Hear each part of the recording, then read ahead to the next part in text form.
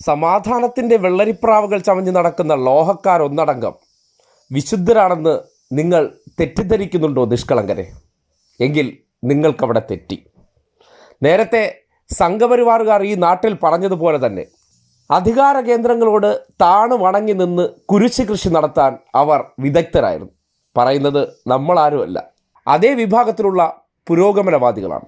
ബ്രിട്ടീഷുകാരുടെ കാലഘട്ടത്തിൽ ഇന്ത്യയിൽ നിന്ന് അവർ പോകരുതെന്ന് ആഗ്രഹിച്ച അതേ ടീം ഇപ്പോൾ സംഘപരിവാറുകാരോടൊപ്പം നിന്ന് കുരിശ് കൃഷിക്ക് കൂടുതൽ സഹായകരമാകുന്ന വിളനിലം ഒരുക്കാൻ പറ്റുമെന്ന് തിരിച്ചറിഞ്ഞുകൊണ്ട് ലോഹയുമണിഞ്ഞ് വിശുദ്ധന്മാരെ പോലെ സംഘപരിവാർ കേന്ദ്രത്തിൽ പോയി മറ്റൊരു മതവിഭാഗത്തെ ഒറ്റിക്കൊടുക്കാൻ കൂട്ടുനിൽക്കുന്നുണ്ടെങ്കിൽ യേശുക്രിസ്തുവിനെ ഒറ്റിക്കൊടുത്ത യൂദാസിന് സമന്മാരാണ് ഇപ്പോഴത്തെ ലോഹക്കാർ എന്ന് പറയേണ്ടി വരികയാണ്.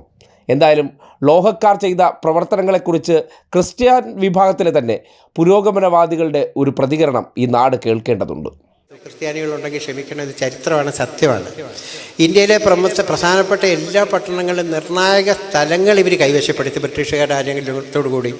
നിങ്ങൾക്ക് പരിശോധിച്ച് നോക്കിയാൽ അറിയാം, ഇന്ത്യയിലെ എല്ലാ പ്രധാന പട്ടണങ്ങളുടെയും ഹൃദയഭാഗം ക്രിസ്ത്യാനികളുടെ കയ്യിലാണ്. അവരുടെ ഹിന്ദു